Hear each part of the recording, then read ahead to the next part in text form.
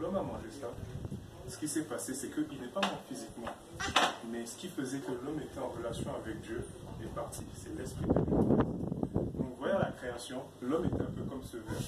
Il était ouvert à Dieu et pouvait avoir une communion avec Dieu. Parce qu'il était ouvert. Mais dès qu'il a mangé du fruit de l'arbre de la vie et de la mort, il est devenu fermé comme ça à Dieu. Et il n'avait plus du tout de relation avec Dieu. Donc Dieu a créé Adam et Ève au départ qui étaient ouverts, mais qui ont désobéi, qui sont devenus fermés comme ça. Ils ont eu des enfants, ils sont multipliés sur la terre. Et toute personne qui naissait sur terre était comme ça, fermée. Donc la Bible nous explique une chose, c'est que le péché est entré dans l'homme à travers la désobéissance. Et tout simplement, les hommes allaient de mal en pire, c'est-à-dire le cœur des hommes devenait méchant. Ils se multipliaient, ils s'entretuaient entre eux. Et jusqu'au moment où Dieu a regardé sa création, il a vu l'homme et il a dit, je regrette en fait, je me repens d'avoir créé l'homme. Pourquoi? Parce que les pensées de son cœur sont mauvaises. Et peu de temps après ça, Dieu a trouvé un homme qui trouvait juste à ses yeux, c'est Noé. Parce que vous avez peut-être entendu parler de l'histoire de l'âge de Noé. Donc dans l'âge de Noé, tous les hommes étaient fermés comme ça. Dieu a trouvé un homme qui marchait avec lui. Dieu voulait recommencer, si je peux dire comme ça, à zéro. Donc qu'est-ce qu'il a fait? Il a dit, Noé, prends toi, ta famille, entrez dans une arche que je vous demande de construire. Pourquoi? Parce que je vais envoyer le déluge et mon jugement sur tout le reste des hommes. Et il a envoyé le déluge en fait. Noé a fabriqué l'arche, il a fait entrer sa famille en fait. Il a envoyé le déluge sur le reste de la terre et tous les autres hommes ont été tués, ont été jugés à cause du péché. Et vous êtes d'accord avec moi que jusque-là, Noé et sa famille, lorsqu'ils ressortent de là, ils sont quand même fermés à Dieu. Ils sont quand même fermés à Dieu. Pourquoi? Parce que le péché est toujours en lui. C'est comme un gène en fait. Le péché est lié à notre nature. Et la Bible nous explique que dès que Noé est sorti de l'arche, la première chose qu'il a fait, c'est qu'il a planté une vigne et il s'est enivré. Donc il a recommencé à pécher aussi. Donc Dieu a recréé l'humanité à partir de Noé, mais les gens continuaient d'être comme ça, fermés, et continuaient de faire du mal. Tout ça pour venir à la notion en fait du péché.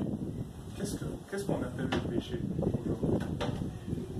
Il y a deux notions. Il y a, quand on regarde en fait par rapport à nous, ou par rapport à ce que Dieu dit. Par exemple, aujourd'hui, on sait que dans les Écritures, dans la Bible, Dieu dit en fait, il donne des commandements, dit que ne pas donner de faux témoignages. Ça veut dire par exemple de ne pas mentir. Si je demande ici qui n'a jamais menti, je pense qu'il n'y a personne qui lèvera la main. Moi, je ne lève pas la main. Jamais menti. J'ai menti. J'ai menti. Ok. Non. Si je demande qui a menti, on va tous lever la main. Et ça, c'est le standard de Dieu. C'est que la Bible dit que, par exemple, pour toute personne qui a tout menteur, en fait, sera jeté dans les temps de feu, à toujours. Mais, comme en 2018, on vit dans un monde, en fait, qui est déchu à cause du péché, en fait, il y a certaines choses aujourd'hui qu'on appelle péché mignon. Mais Dieu n'a jamais eu une notion de péché mignon. Il regarde juste par rapport à ça, par rapport au commandement que lui, il a donné.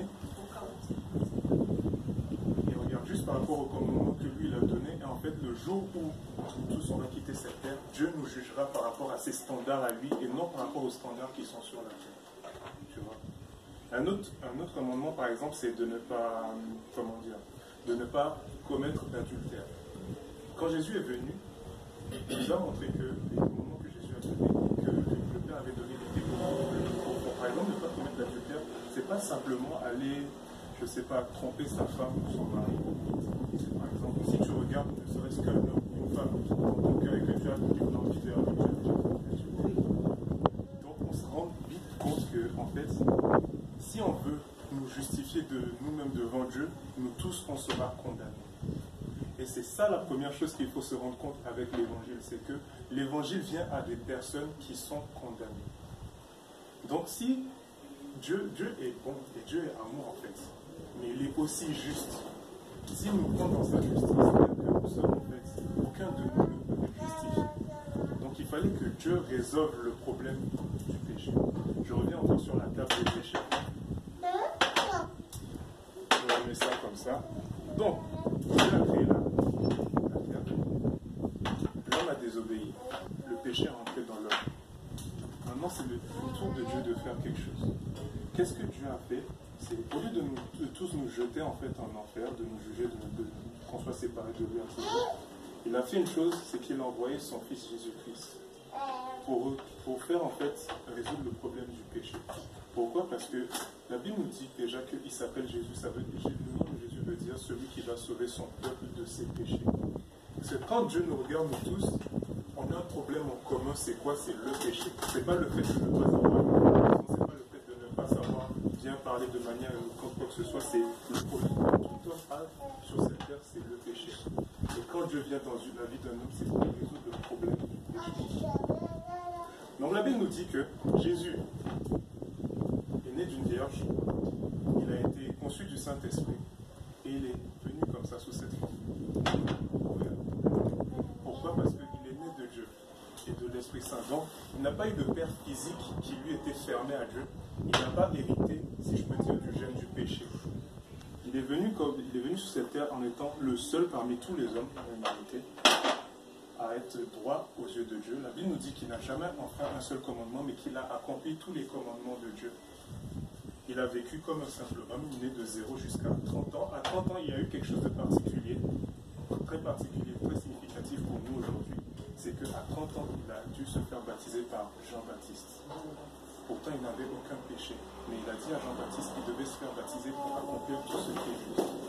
Tout simplement, par son baptême, il était en train d'annoncer ce qu'il allait faire à la croix. Lui, Jésus est vide, il est comme ça, ouvert à Dieu. Donc quand il vient à Jean-Baptiste et que Jean le baptise, en fait, la Bible explique en fait que le sens du baptême, c'est quand on est sous l'eau, immergé sous l'eau. Ça représente l'ensevelissement à la mort à la croix et l'ensevelissement. C'est-à-dire la mort à l'ancienne vie. Et quand tu ressors de l'eau, tu ressuscites dans une nouvelle nature. Et ce qui s'est passé avec Jésus, c'est que dès qu'il a fait ça, c'est pas juste un symbole. La Bible nous dit que le Saint-Esprit, l'Esprit Saint, l'Esprit de Dieu est venu sous la forme d'une colombe et qu'il a rempli Jésus. Et que dès lors, à partir de ses 30 ans, après avoir été baptisé, Jésus allait dans le désert, après il est revenu. Et parce qu'il avait le Saint-Esprit en lui et sur lui maintenant, parce qu'il marchait parmi les hommes, il guérissait des malades, il chassait des démons, il ressuscitait des morts, il purifiait des lépreux. Il appelait des disciples à marcher avec lui. Tous ses disciples aussi étaient fermés comme ça, parce qu'ils avaient connu le péché. Et Jésus sait que Dieu le Père, en fait, l'a envoyé. C'est mourir à la croix, parce que même si Jésus est parmi nous, même s'il est à côté de nous et qu'il marche avec nous à côté, s'il était avec nous physiquement, tant qu'on est fermé, on ne peut pas avoir de relation avec Dieu. Il faut d'abord que le péché soit résolu. Donc, Jésus est allé en fait par la croix, il est mort pour nos péchés. Dieu a choisi en fait celui qui n'a jamais péché. Il a choisi dans sa sagesse de juger le seul juste en fait pour que nous puissions être gratuitement justifiés. Pourquoi? Parce que comme je disais tout à l'heure, nous tous on a au moins fauté quelque part. Et la Bible nous dit que si on rate un seul commandement, si on manque d'obéir à un seul commandement, c'est comme si on les a tous manqués en fait. Et celui qui est parfait, qui a fait tout ça, Dieu l'a fait pour que qui soit que nous puissions venir et que nous puissions avoir une relation avec lui. Donc, que se passe-t-il aujourd'hui? C'est que Dieu, si je reviens encore sur le modèle des déchets, Dieu envoie son Fils Jésus-Christ. Maintenant, voilà comment le monde raisonne. Le monde dit, si Dieu existe, Dieu va me montrer la voie. Dieu va me parler, Dieu va faire ci, Dieu va faire ça. La réalité est que Dieu a déjà fait son petit. Il nous dit, j'ai envoyé mon Fils. C'est à vous de me reconnaître. C'est à vous de croire qu'en fait, il est venu mourir à la croix pour vos péchés, pour que vous soyez pardonnés, pour que vous puissiez revenir à moi, pour qu'on puisse avoir une relation tangible, non pas une religion, une relation avec Dieu. Et non, les hommes sont là. Si Dieu existe, un jour il va se manifester à moi dans un rêve, dans une vision. Et tout. La vérité, c'est que lorsque Jésus était sur terre, il a dit une chose. Il a regardé le peuple israélite, il a dit une chose, c'est que la moisson est grande. La moisson, c'est ce que Jésus veut. Mais il y a peu d'ouvriers. Donc, pour faire monter des ouvriers, il a formé des disciples à faire comme lui. Donc, il les a envoyés guérir des malades, chasser des démons. Mais ils avaient tous un problème, c'est qu'ils étaient fermés.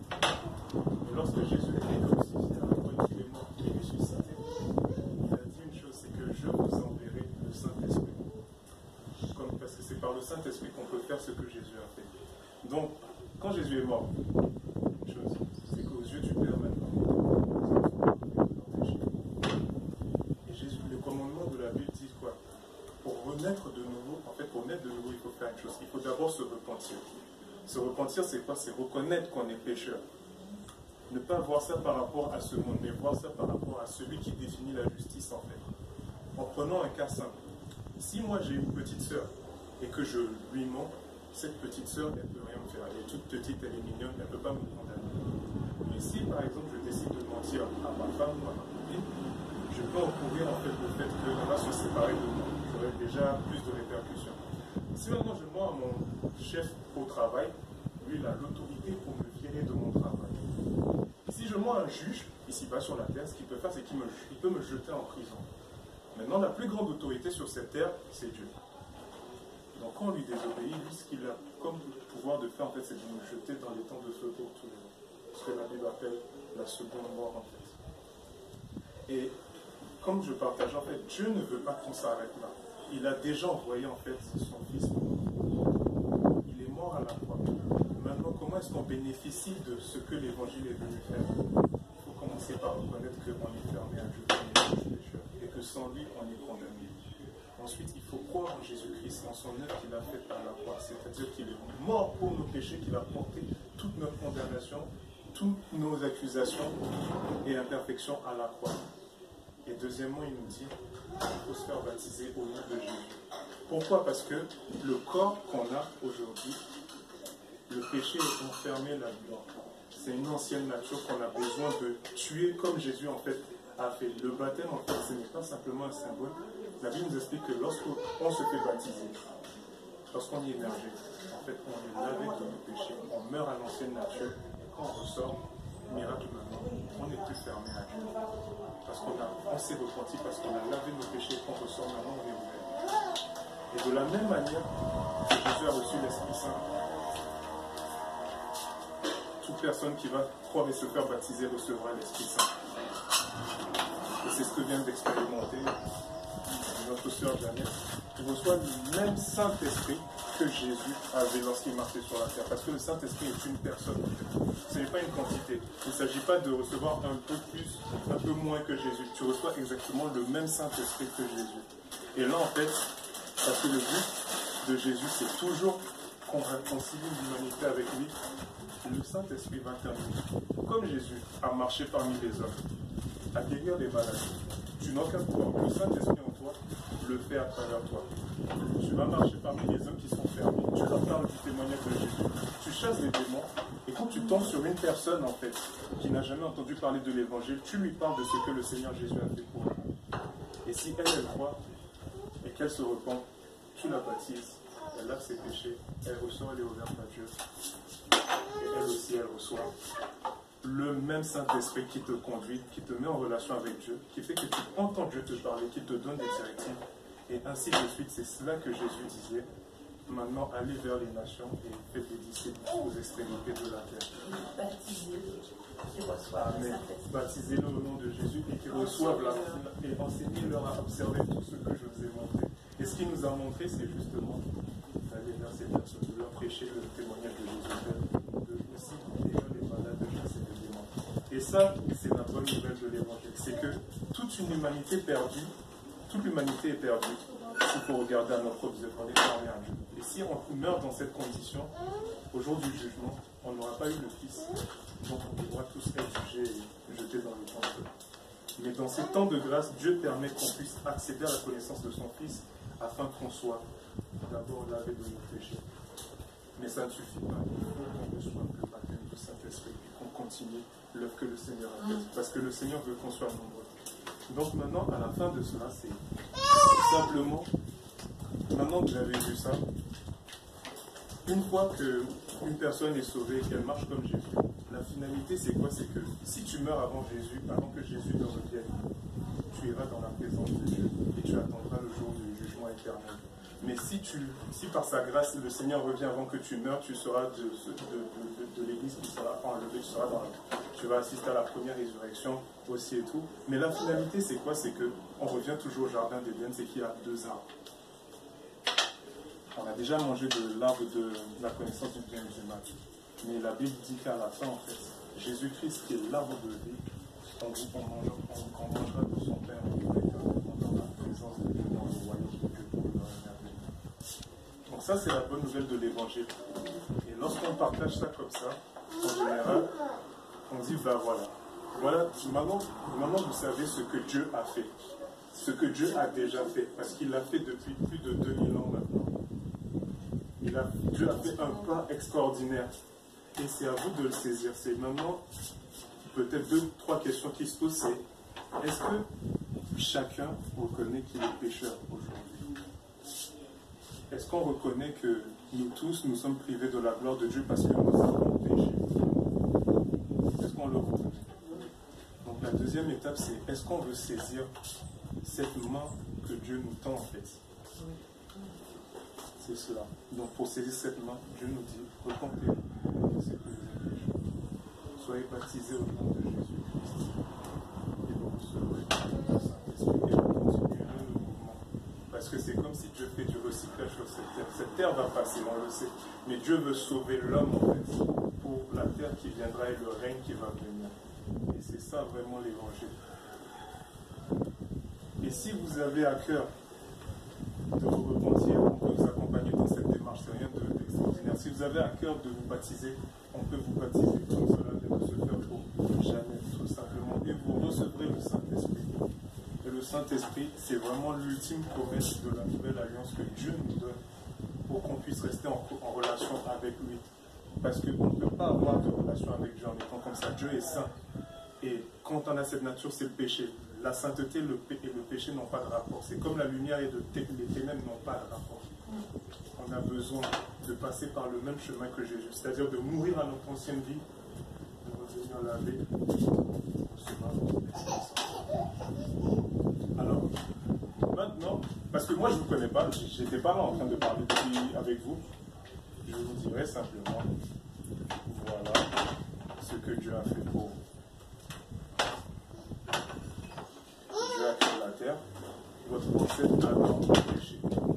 Mais pour vous, Dieu a déjà sauvé Jésus-Christ. Allez-vous faire. C'est ça.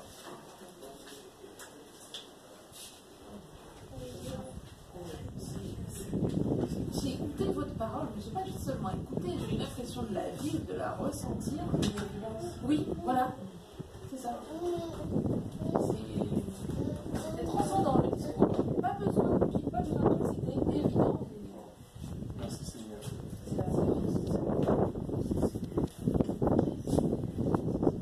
J'y vais, je prends mon fils, je prends ma fille, on fait tous ensemble. Si j'ai envie de faire comme vous, j'ai envie de me lever, vous allez me battre et me dire, ok, les voisins, vous n'avez pas entendu, c'est parce que vous êtes beaucoup grands, venez écouter ça, je vous explique ça. Comme le monsieur là, c'est parce que tout ce qu'on a pu vous dire, vous n'avez pas entendu. Je vous l'explique comme ça, je pense que là, vous l'entendez.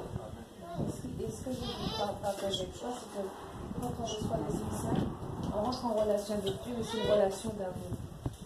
Il remplit notre cœur d'un amour que nous, on n'est pas capable d'avoir en tant qu'homme pécheur. L'amour qui permet de pardonner, l'amour qui permet de surmonter les difficultés, de rester dans la foi, de rester dans l'espérance, l'amour qui permet d'être utilisé pour la gloire de Dieu, l'amour qui permet de délivrer d'autres personnes, d'avoir de la compassion, de l'humanité. Toutes ces choses-là, on les a pas en nous, même si on n'est pas les pires, on n'a pas ça en nous naturellement. Et on se voit changer. On se voit en train de surmonter des situations surhumaines. On se dit, mais c'est pas moi ça. Et c'est là que tu réalises que c'est l'Esprit de Dieu en toi qui fait un travail de restauration du caractère, de ta façon de voir les choses, de ta manière de raisonner, de ta manière de réagir. Et là, tu te dis, waouh, il y a quelque chose de plus puissant que moi qui est en œuvre, qui en marche en moi. Et être utilisé par le Saint-Esprit, c'est quelque chose de merveilleux. Alors, l'Esprit de Dieu en soi, si tu veux, pour moi, c'est comme si, voilà, j'avais attendu toute ma vie de comprendre le sens de ma venue sur terre. Et tant que j'avais pas vu tout ça, je ne comprenais pas ce que j'étais venu faire. Moi, ça fait quand même un peu de temps. Je me dis que j'ai une mission, mais je ne sais pas c'est quoi laquelle. Et quand je vous entends, j'ai l'impression que c'est une évidence que c'est celle-là. C'est ça. Et cette mission, tu l'as fait à travers tout ce que tu es. Guérir pour guérir d'autres. Voilà, guérir pour guérir. Libérer pour libérer d'autres. Et parler de l'évangile. Parce qu'on peut guérir une personne physiquement, Mais le problème reste que le corps est guéri, mais ce que Dieu veut guérir, c'est l'esprit et l'âme. C'est ça qu'il veut mettre en relation avec lui. Et c'est ça le plus grand miracle, c'est quand que par l'évangile, on meurt à notre ancienne nature de condamnation et qu'on est justifié par Jésus-Christ. On reçoit le même esprit que Jésus avait marché sur la terre, et c'est ce qui va nous amener. Est-ce qu'on a quelque chose de plus que d'autres? Rien de plus si ce n'est la foi en Jésus-Christ. Il a choix de le servir. C'est vrai que tu as dit pas de Bible, mais tout ce qu'on a dit, justement, c'est dans la Bible. Oui, ça vient de la Bible. Mais la façon qu'il a eu de l'expliquer, c'est qu'il a été dans le fondement des choses, il l'a expliqué avec ses mots. C'était vivant, on pouvait imaginer la chose que Jésus faisait quand il marchait sur terre. Oui, et une fois qu'on est rempli de cet esprit, on a soif, on a faim de la parole. Là, on peut y aller. Si tu vas dans la parole avec ton intelligence, ton raisonnement, oui, non, j'essaie toujours d'expliquer. C'est l'esprit de Dieu qui nous guide dans ça. Excusez-moi, je pense. C'est quelque chose parfois de trop simple pour être vrai. C'est tellement simple. Les gens se compliquent beaucoup. L'homme se complique beaucoup la vie à monter des institutions, à des organisations. Donc c'est aussi d'où ça vient. De qui ça vient. Mais c'est très compliqué. Alors que de discuter tout simplement. Et voilà. Et donc l'amour de Dieu, dans cet esprit, c'est lui qui fait, c'est pas nous. Pour expliquer comment l'esprit de Dieu travaille, il y a une connexion que nous, on ne voit pas de nos yeux. Par exemple, on a expérimenté quelque chose ce matin. Maman parlait avec sa maman et disait, moi j'aimerais tellement voir toutes mes filles, je suis prête maintenant pour le pardon, je suis prête pour l'amour et tout. Elle fait cette prière dans son cœur.